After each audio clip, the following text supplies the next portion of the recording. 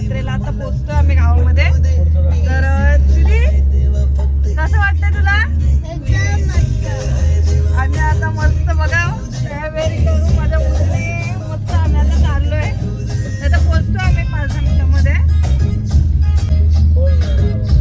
हा बघा रावेगावात स्टार्ट झालेला आहे. तर आता किती गाड्या लागल्यात.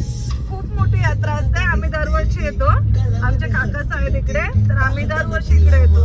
तर गाव अजून खूप पुढे आहे पण पार्किंग इकडनं चालू झाले. मला वाटतं की आपल्याला पुढे पार्किंग भेटेल.